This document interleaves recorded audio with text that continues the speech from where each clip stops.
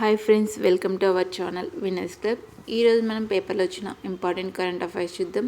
Today first topic, most important one, hypersonic missile గురించి. ధ్వని వేగంతో పోలిస్తే కనీసం 5 రెట్ల వేగంతో దూసుకెళ్లే క్షిపణిని హైపర్సోనిక్ మిసైల్ అంటారు. ఇలాంటి వ్యవస్థ అతి తక్కువ దేశాల వద్ద మాత్రమే ఉంది. ఇప్పుడు ఆ దేశాల సరసన భారత్ కూడా చేరింది. ఈ ప్రయోగంతో భారత్ రక్షణ వ్యవస్థలో ఇంకొక ముందడుగు వేసిందని చెప్పవచ్చు. ఇప్పుడు టాపిక్ చూద్దాం. భారత్ తన సైనిక సత్తాకు మరింత పదును పెట్టింది. తొలిసారిగా దీర్ఘశ్రేణి హైపర్సోనిక్ క్షిపణిని విజయవంతంగా పరీక్షించింది. గగనతల రక్షణ వ్యవస్థలను బోల్తా కొట్టిస్తూ శత్రువులపై ప్రచండ వేగంతో దాడి చేయడం ఈ అస్త్రం ప్రత్యేకత. దీన్ని ఒడిషా తీరానికి చేరువలోని డాక్టర్ ఏపీజే అబ్దుల్ కలాం దీవి నుంచి శనివారం పరీక్షించినట్లు రక్షణ మంత్రి రాజ్నాథ్ సింగ్ ఆదివారం వెల్లడించారు. దీంతో ఈ సామర్థ్యం ఉన్న అమెరికా, రష్యా, చైనాల సరసన భారతదేశం సగర్వంగా చేరింది. ఈ హైపర్సోనిక్ క్షిపణి 1500 కిలోమీటర్ల దూరంలోని లక్ష్యాలను కూడా ఛేదించగలదు. నెక్స్ట్ టాపిక్, డెన్మార్క్ యువతికి విశ్వసుందరి కిరీటం. ఎవరు గెలిచారు ఏంటనే చూద్దాం. విశ్వసుందరి 2024 పోటీలో డెన్మార్క్ యువతి విక్టోరియా కెజార్ హెల్విగ్ విజేతగా నిలిచింది. మిస్ యూనివర్స్ కిరీటం సొంతం చేసుకుంది. డెన్మార్క్ భామ విశ్వసుందరిగా నెగ్గడం ఇదే మొట్టమొదటిసారి కావడం విశేషం. 73వ మిస్ యూనివర్స్ పోటీ మెక్సికో రాజధాని మెక్సికో సిటీలో శనివారం రాత్రి జరిగింది. 120కి పైగా దేశాల నుంచి అందాల సుందరీమణులు పాల్గొన్నారు. విక్టోరియా మొదటి స్థానంలో నిలిచింది. మిస్ నైజీరియా చిడిమా అటెస్తీనా రెండవ స్థానంలో, మిస్ మెక్సికో మరియా ఫెర్నాండా బెల్ట్రాడ్ మూడవ స్థానంలో నిలిచారు.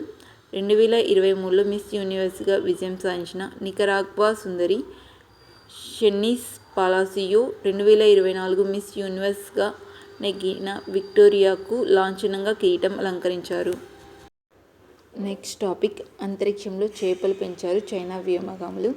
ఇప్పటి వరకు అంతరిక్షంలో మానవులు వెళ్ళి అక్కడ మట్టిని, రాళ్లను సేకరించారు, కూరగాయలు కూడా పండించారు. ఇప్పుడు ఇంకో ముందడుగు వేసి చేపలను కూడా పెంచారన్నమాట చైనా వ్యోమగాములు. ఇప్పుడు టాపిక్ చూద్దాం. చైనా వ్యోమగాములు అరుదైన గంతం సొంతం చేసుకున్నారు. అంతరిక్షంలో ఏకంగా చేపలను పెంచి చూపించారు. నవంబర్ 4న ముగిసిన షెంజౌ 18 స్పేస్ మిషన్లో భాగంగా వాళ్ళు ఈ గంత సాధించారు. చైనా అంతరిక్ష కేంద్రం ఇందుకు వేదికైంది. ఈ ప్రయోగం కోసం శరవేగంగా పెరిగే జీబ్రా చేపలను ఎంచుకున్నారు. వాటిని పెంచేందుకు అంతరిక్ష కేంద్రం లోపల అన్ని వసతులతో కూడిన క్లోజ్డ్ ఎకోసిస్టమ్ను ఏర్పాటు చేశారు. చేపలు అందులోనే పెరిగి పెద్దవై పునరుత్పత్తి కూడా జరిపాయి. 43 రోజుల జీవన చక్రాన్ని విజయవంతంగా పూర్తి చేసుకున్నాయి. తద్వారా అంతరిక్ష ప్రయోగాల్లో ఇది సరికొత్త రికార్డుగా నిలిచింది. అంతరిక్షంలో అత్యంత సవాలుతో కూడిన వాతావరణంలో జలచరాలు ఏ మేరకు మనుగడ సాగించగలవన్న దానిపై ఈ ప్రయోగం ద్వారా చాలా స్పష్టత వచ్చిందని సైంటిస్టులు అంటున్నారు. అంతేగాక అంతరిక్షంలో కొంతకాలంగా చైనా సాధిస్తున్న పైచేయికి ఇది తాజా నిదర్శనమని కూడా చెబుతున్నారు. జీబ్రా చేపలకు జన్యుపరంగా మానవులతో చాలా దగ్గరి పోలికలుంటాయి. అంతరిక్షంలో వీటితో చేపట్టిన ప్రయోగం విజయవంతం కావడాన్ని కీలక మైలురాయిగా చెబుతున్నారు చైనా వ్యోమగాములు. చంద్రుని దక్షిణ ధ్రువంపై నాసా గ్యాస్ పైప్లైన్. చంద్రునిపై శాశ్వత మానవ ఆవాసం దిశగా ప్రయత్నాలను నాసా ముమ్మరం చేస్తుంది. ఇందుకు ఉద్దేశించిన ఆర్టెమిస్ ప్రోగ్రాంపై ఇప్పటికే భారీగా ఖర్చు చేసింది కూడా. అందులో భాగంగా దక్షిణ ధ్రువంపై ఆక్సిజన్ గ్యాస్ పైప్లైన్ ఏర్పాటు చేయాలని అమెరికా అంతరిక్ష సంస్థ తాజాగా తలపిస్తోంది. దీన్ని లూనార్ సౌత్ పోల్ ఆక్సిజన్ పైప్లైన్గా పిలుస్తున్నారు. చంద్రుని ఉపరితలంపై ఆక్సిజన్ రవాణాకు సంబంధించిన రిస్కులు, ఖర్చులను భారీగా తగ్గించుకోవడం ఈ ప్రాజెక్టు యొక్క లక్ష్యం. సో చంద్రునిపై ఆక్సిజన్ రవాణాకు పైప్లైన్ ఎవరు వేస్తున్నారంటే నాసా వారు అని గుర్తుపెట్టుకోవాలి.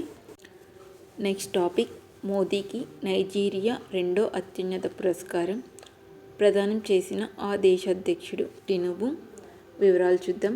ప్రధాని నరేంద్ర మోదీని నైజీరియా ప్రభుత్వం తమ దేశ రెండో అత్యున్నత పురస్కారం the grand commander of the order of the నైజర్తో సత్కరించింది. నైజీరియా అధ్యక్షుడు బోలా అహ్మద్ టినుబు అవార్డును మోదీకి ఆదివారం అందించారు. 1969లో క్వీన్ ఎలిజబెత్కు తొలిసారి నైజీరియా ఈ అవార్డును ప్రదానం చేసింది. అనంతరం ఈ గౌరవాన్ని అందుకున్న విదేశీ ప్రముఖుడిగా మోదీ నిలిచారు. విదేశాల్లో మోదీ అందుకున్న అత్యున్నత అంతర్జాతీయ అవార్డులో ఇది 17వ పురస్కారమని మోదీ తెలిపారు. దీనిని 140 కోట్ల భారతీయులకు అంకితమిస్తున్నట్లు చెప్పారు. మరోవైపు నైజీరియా అధ్యక్షుడు బోలా అహ్మద్ టినూబుతో మోదీ ఆదివారం ద్వైపాక్షిక చర్చలు జరిపారు. ఈ సందర్భంగా నైజీరియాతో వ్యూహాత్మక భాగస్వామ్యానికి భారత్ అధిక ప్రాధాన్యత ఇస్తుందని మోదీ వెల్లడించారు. ఆ దేశంతో రక్షణ, ఇంధనం, వాణిజ్యం సహా పలు రంగాల్లో ఒప్పందాల బలోపేతంపై కృషి చేస్తామని తెలిపారు. నెక్స్ట్ టాపిక్ జిల్లాల స్థూల ఉత్పత్తిలో విశాఖ టాప్. ఈ వివరాలను ఎవరు వెల్లడిస్తున్నారు ఏంటనేది వివరంగా చూద్దాం. రాష్ట్రంలో జిల్లాల వారీగా స్థూల ఉత్పత్తిలో విశాఖపట్నం జిల్లా అగ్రస్థానాన్ని దక్కించుకుంది. రెండవ స్థానంలో ఎన్టీఆర్ జిల్లా, మూడవ స్థానంలో కృష్ణా జిల్లా నిలిచాయి. చివరి స్థానంలో అల్లూరి సీతారామరాజు జిల్లా ఉంది. రాష్ట్రంలో జిల్లాల సంఖ్యను 13 నుంచి 26కు పెంచాక తొలిసారిగా జిల్లాల వారీ స్థూల ఉత్పత్తిని లెక్కించారు. ఈ క్రమంలో 2022-23 ఆర్థిక సంవత్సరానికి ప్రస్తుత ధరల ప్రకారం జిల్లాల వారీగా స్థూల ఉత్పత్తిని directorate of economics and statistics తాజాగా వెల్లడించింది. మొత్తం రాష్ట్ర స్థూల ఉత్పత్తిలో విశాఖపట్నం జిల్లా వాటా 9.15%, ఎన్టీఆర్ జిల్లా వాటా 5.65%, కృష్ణా జిల్లా 5.24%, ఇక చివరి స్థానంలో ఉన్న అల్లూరి సీతారామరాజు జిల్లా 1.16%తో నిలిచింది. నెక్స్ట్ వన్ అమెరికాలో కొత్త రకం ఎంపాక్స్ కేసు. ప్రాణాంతకమైన ఎంపాక్స్ కేసులు ప్రపంచవ్యాప్తంగా పలు దేశాల్లో నమోదవుతున్నాయి. ఈ మహమ్మారి క్రమంగా విస్తరిస్తోంది. తొలుత తూర్పు కాంగోలో బయటపడిన కొత్త రకం ఎంపాక్స్ కేసు తొలిసారిగా అమెరికాలోనూ నమోదైనట్లు ఆరోగ్య శాఖ అధికారులు చెప్పారు. ఆఫ్రికా నుంచి వచ్చిన ఓ వ్యక్తిలో ఈ వైరస్ ఆనవాళ్లు గుర్తించినట్లు తెలిపారు. అతడిని ఐసోలేషన్కు తరలించి చికిత్స అందిస్తున్నామని, వైరస్ ఇతరులకు సోకే అవకాశం లేదని పేర్కొన్నారు. Sports news. సురేఖకు స్వర్ణం. ప్రపంచ ఇండోర్ ఆర్చరీ సిరీస్ టోర్నీలో తెలుగమ్మాయి వెన్నం జ్యోతి సురేఖ స్వర్ణంతో మెరిసింది. ఆదివారం కాంపౌండ్ మహిళల వ్యక్తిగత ఫైనల్లో ఈ విజయవాడ ఆర్చర్ 147-145 తేడాతో మరాఠా బెల్జియంను ఓడించింది. అంతకుముందు సెమీస్లో ఆమె షూటాఫ్లో ఎలీసా ఇటలీపై గెలిచింది. నెక్స్ట్ వన్ కార్లసన్ డబుల్ ధమాకా. టాటా స్టీల్ చెస్ ఇండియా టోర్నీలో ప్రపంచ నెంబర్ 1 మాగ్నస్ కార్లసన్ మరో టైటిల్ను ఖాతాలో వేసుకున్నాడు. ఇప్పటికే ర్యాపిడ్లో విజేతగా నిలిచిన అతను ఆదివారం బ్లిట్జ్లోనూ జయకేతనం ఎగరవేశాడు. ఓ రౌండ్ మిగిలి ఉండగానే టైటిల్ కైవసం చేసుకున్న కార్లసన్ మొత్తం 18 రౌండ్లు ముగిసేసరికి 13 పాయింట్లతో అగ్రస్థానాన్ని సొంతం చేసుకున్నాడు. జర్మనీలో ఇంజనీరింగ్ నిపుణులైన భారతీయ కార్మికుల వీసాలను ప్రస్తుతం ఉన్న 20,000 నుంచి 90,000కు పెంచుతూ జర్మనీ ప్రభుత్వం ఇటీవల నిర్ణయం తీసుకుంది. ప్రస్తుతం అక్కడ చదువుతున్న విదేశీ విద్యార్థుల్లో భారతీయులే ఎక్కువ.